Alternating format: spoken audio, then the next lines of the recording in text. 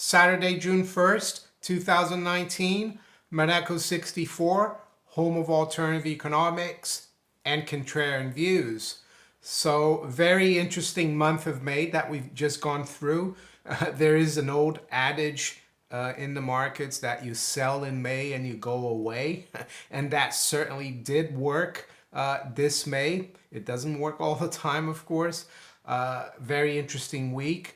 Very good finish to the week for the precious metals, especially gold. Not a great week for the stock markets. And in my opinion, having worked as a bond broker in the futures and options market for over 20 years, the bond market, treasury market is giving some very worrying signals about the economy, about the system in general. Yields collapsed massively this week, dropped quite sharply, especially the longer term yields like the 10-year yield. And that's not a good sign. That's a sign that the smart money, the big money that, the big investors, they're rushing to the supposed safety of the paper treasury, US treasuries, and moving away from the stock market, maybe also moving away from riskier assets like corporate bonds, leverage loans, derivatives. I mean, we don't know what the big banks have in their balance sheets or off their balance sheets. It could be a mess. The other thing I noticed is the dollar against the yen. That dropped massively, and that's not a very good sign. I haven't spoken that much about the yen carry trade recently, but I have. A year or two ago, I used to cover that quite a bit. But what is the yen carry trade? Well, the yen has been kept, the Bank of Japan and the monetary authorities, the Japanese government, they've kept their currency and their rates at zero or negative for many years, more than the Europeans have. And Japan being a big creditor nation, that hasn't really, they've had to do that, or else the yen would be really strong. But as the Japanese market is quite a deep market, the monetary system there, it's an open market. Foreign investors tend to borrow in yen because it's very cheap, and the Bank of Japan hates a strong currency. So what does that mean? Well, these people who borrow in yen, you short the yen to borrow in yen. So you sell the yen and then you buy the dollar or the pound or the euro, and then you take those proceeds in those other currencies and you buy risky assets. The only problem that you have with that is if these risky assets start faltering and you have to sell them, and then you have to also pay back the yen, part of the equation. And then the yen strengthens because these investors are closing out their risky assets. That's a bad signal as well that I saw this week, especially the last 2 days. The dollar dropped quite a bit below 109 against the yen. So, and that's one of the reasons why gold did well as well, in my opinion. The yen carry trade unwind. But I want to talk today about a few things. I'm going to look at the CFTC report, Commitment of Traders report, that came out last night, London time, for the period ending Tuesday last week for silver and gold. Look at what the commercials are doing. Very interesting silver, what they've done in the latest report. And then I want to look at some charts of the gold in British pounds, gold in dollars, the dollar index. What else we got here? The Dow Jones index, the S&P, and then I want to look at the 10-year note future, which is the inverse of the 10-year yield. So you can see how that's going up really sharply, which is of course not a surprise. When bond yields drop, bond prices go up. Well, Billy's had enough. And then I want to look also at the yield curve, the 10-year yield. So let's start out with the commitment of traders report for silver futures first. So the last time I spoke about this, I think, the commercials, which are mainly the bullion banks, they had increased their long and decreased their short, and they're pretty much even. But as of last week now, as you can see here, commercials, they've decreased their shorts by 2,516, and they've increased their longs by 3,782. That was as of last Tuesday. So now net they're long 87,083 and they're short 85,968. So it's very rare for the commercials to be long silver. So they're net long silver now. What about gold? Well, gold is still, the commercials are still quite short gold, 301,244 as you can see there, and they're long 191,000. They did increase their shorts as of last Tuesday by 25,479, but they also increased their longs by 23,463.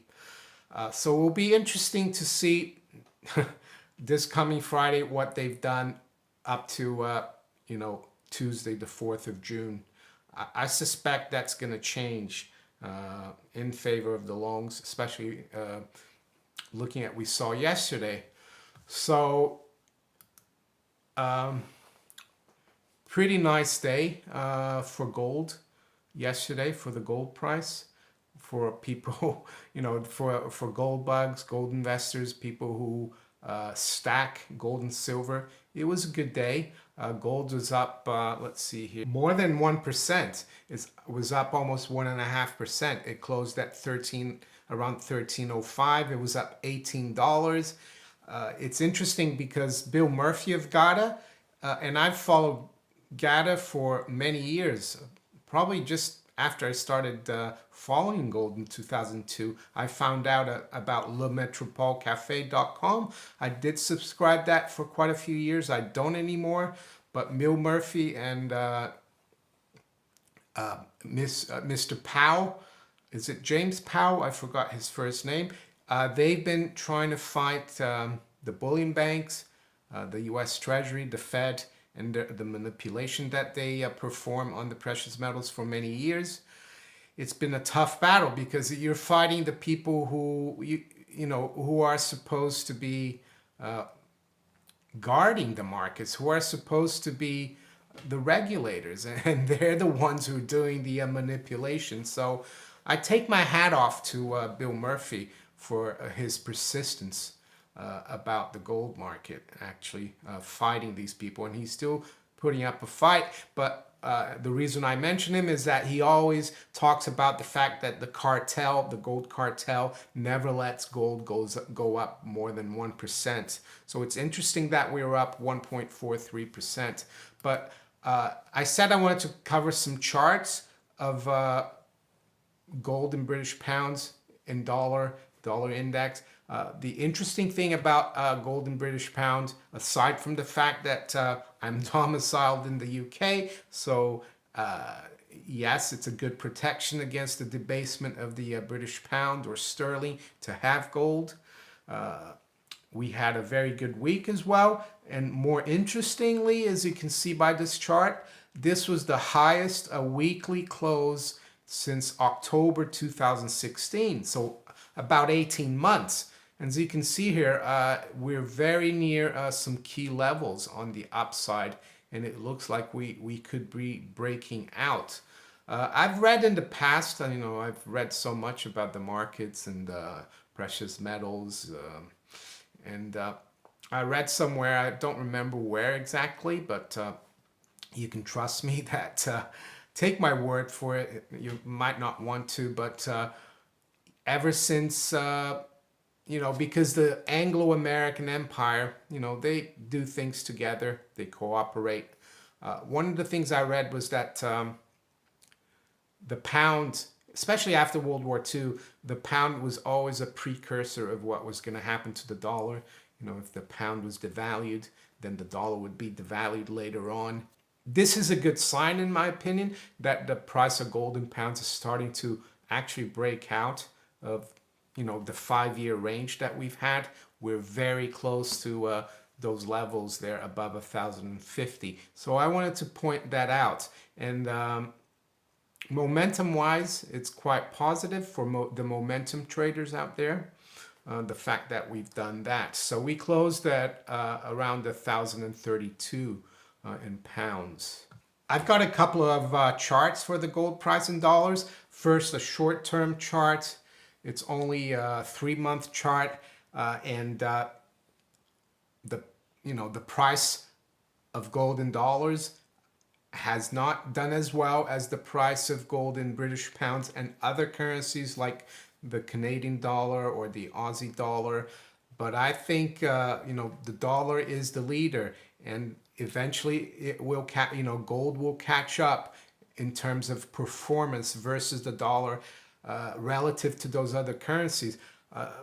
You see here that we've made a 36-day high. It's not an 18-month high as the British pound, but yeah, so we broke, this is the highest level we've seen since the beginning of April in gold. And very encouraging that we closed above 1,300, even though 1,300 is just a round number. It's not really technically an important level. Yesterday, I was following the markets in the morning, and I saw that we reached 12.99 a few times. And then I think, what did I do yesterday afternoon? I went to play a few holes of golf in the afternoon, and then I finished. I played 9 holes, and I looked at my phone. One of my friends from the city sent me a text saying, "Oh, gold is now breaking out," and I hadn't seen gold, so I assumed right away, oh, it must have broken 1,300 if my friend is contacting me, because he follows it very closely as well. And then lo and behold, I looked at my phone, and yes, we'd broken out above 1,300. So that was quite encouraging, especially towards the end of the day in the U.S. that it actually broke out. Many times you see gold test these levels like 1,300, like we did yesterday, and then turn around and go down at the end of the day. So that was pretty good. So this is a short-term chart here. Now just a longer-term chart of gold in dollars. And you can see where we are, still within that range. But compared to the British pound, gold British pound chart, I think, yeah, we're going to catch up, as I said. And the key level there, of course, is between 1360 and 1375. And nothing's guaranteed in the markets, but I would say that gold is looking better. I know silver didn't perform as well yesterday, but I think silver will, especially when people realize that the commercials have actually gone net long. What about the dollar index? Many people believe the dollar index is in a bull market. I guess it all depends at what time frame you look. So I wanted to look at a very long-term chart here, going back 20 years, well, more than 20 years actually, going back to the mid-70s, the quarterly dollar index chart.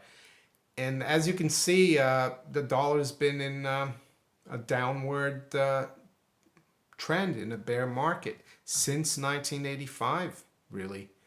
And I think what we're seeing now, as you look at that chart, is the formation of the right-hand shoulder of a head and shoulder. And the other interesting thing I wanted to point out about the dollar index is that if you look at the low in the first quarter of 2008, the all-time low, that was at 70.69.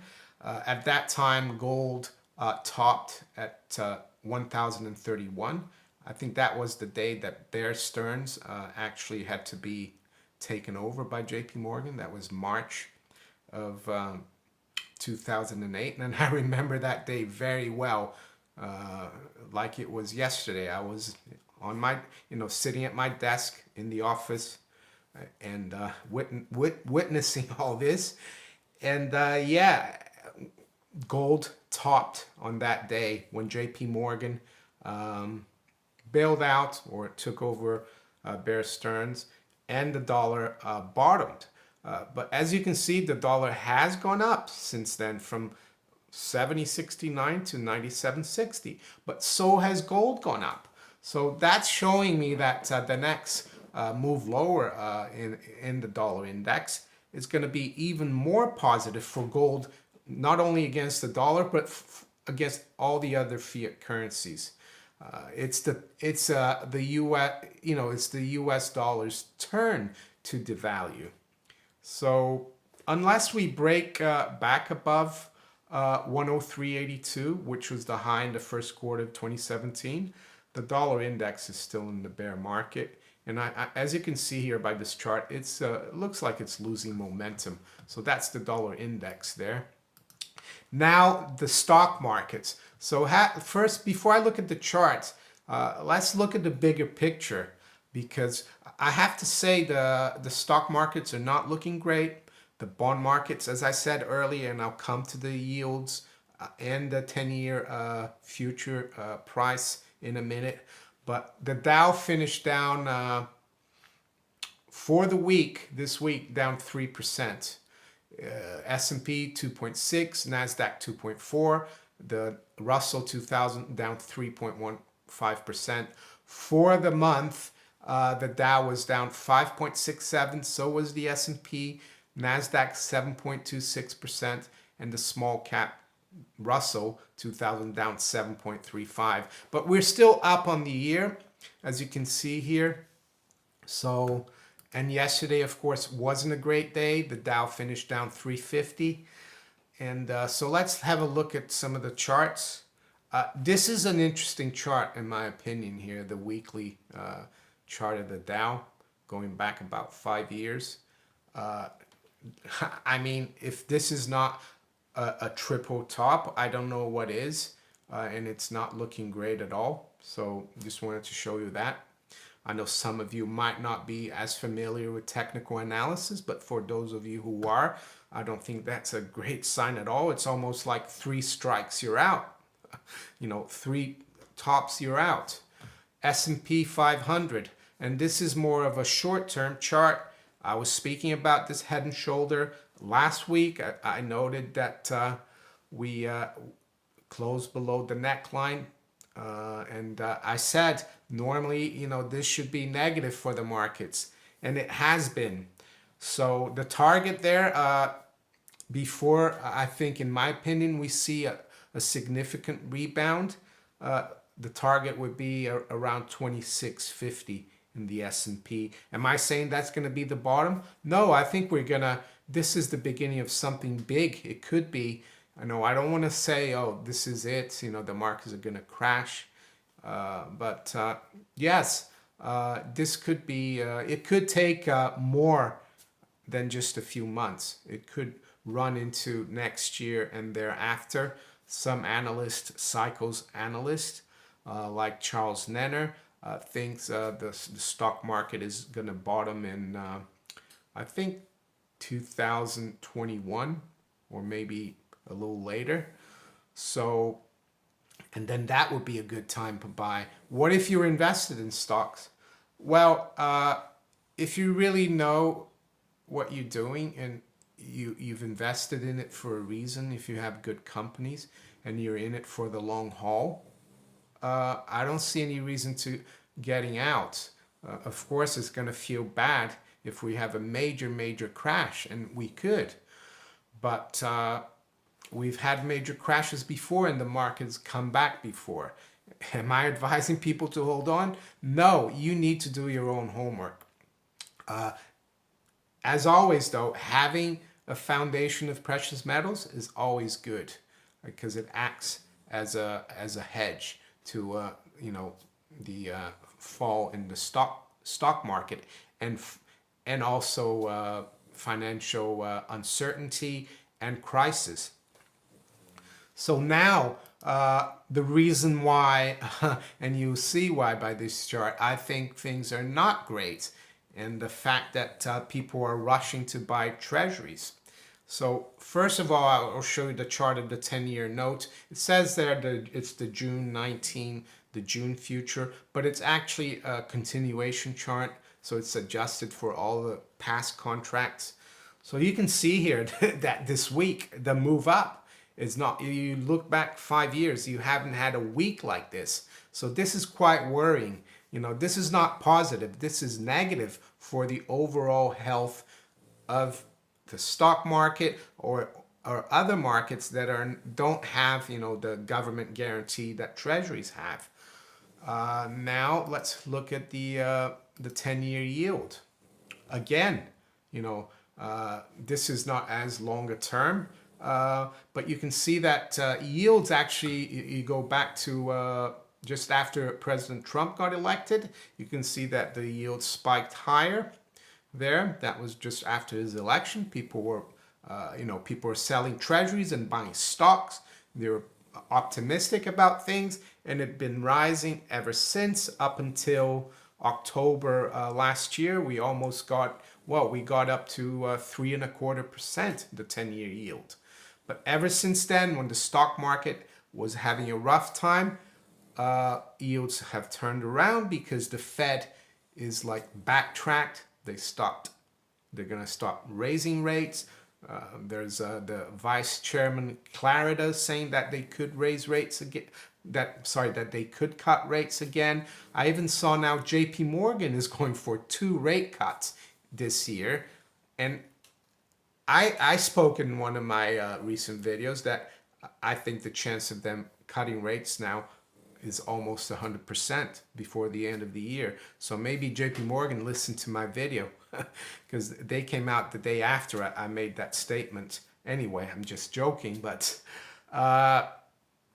you can see here that it's just the inverse of that 10-year future. Look at how, you know, we're dropping back almost to levels that we were prior to President Trump winning the election, which was below 2%.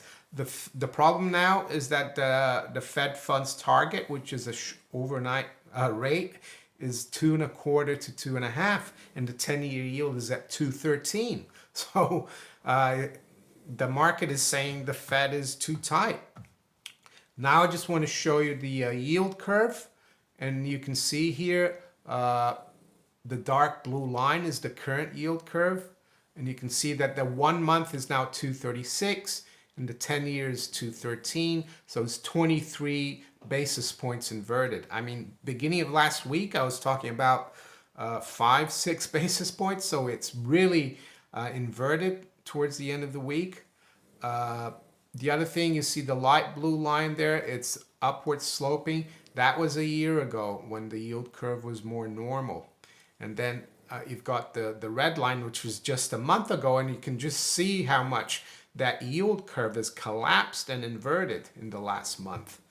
So those are not good signs. I try to stay away from saying everything is going to collapse and implode, this is it. But I try to be measured, but I think the signals we got last week and the signals that we've had in the last few months are not boding well at all for the financial markets. So what are my conclusions? Well, stick to your to holding your precious metals if you already have them. Keep stacking if you have the wherewithal to do it. And what about paper assets? Well, if possible, maybe I would probably like unwind some of them and maybe move over to the precious metals. But that's for you to decide. My rule of thumb is that you should know what you're investing in. You shouldn't just buy stocks because people are buying it. You should look at the company and do your homework. What about mining stocks? Well, mining stocks are still very depressed. People ask me which mining companies should I buy? And I always tell them, do your homework. Maybe go into prospectus for funds like Sprott or the Tocqueville Fund. And if you go in their website, they've got this prospectus, and they give you all their major holdings for their mining stock funds or gold sector funds, and you can, like, see what companies they're investing in. So that's what I would do, and that's what I have done in the past. What about Deutsche Bank? Well, yeah, it's still going. It's a zombie bank, as I said. The interesting thing about Deutsche Bank is that the chairman of the supervisory board of Deutsche Bank, a guy called Paul Achleitner, he's actually on the board of the Bilderberg meeting, which is being held today. Well, it started out 2 days ago in Montreux, Switzerland, a place I know well. I lived in Switzerland. And it's going on until, I think, tomorrow. And yeah, he's on the board of that, the Bilderberg group. And we've got people like Jared Kushner there this year, Henry Kissinger, even Mike Pompeo is rumored to have flown there, even though he wasn't on the list. So what I'm trying to say, all those people who are saying, Deutsche Bank is going to collapse, Deutsche Bank is going to bring everything down, I'm not too sure. I think maybe Deutsche Bank is just waiting for all the other banks to join them, and they will all collapse together, if anything. So that's how I see Deutsche Bank. I know the share price got very much near €6. I think we closed around 6.14, so it's not looking good at all. How long can they keep going? I don't know. If you enjoyed this video, make sure you hit the like button. If you enjoy my videos but haven't subscribed yet, think about subscribing. Make sure you share my videos far and wide with people that you think might enjoy this kind of content. You can also follow me on Twitter, Steemit, and on DTube. I wish you all a great rest of the weekend. Take care. Bye.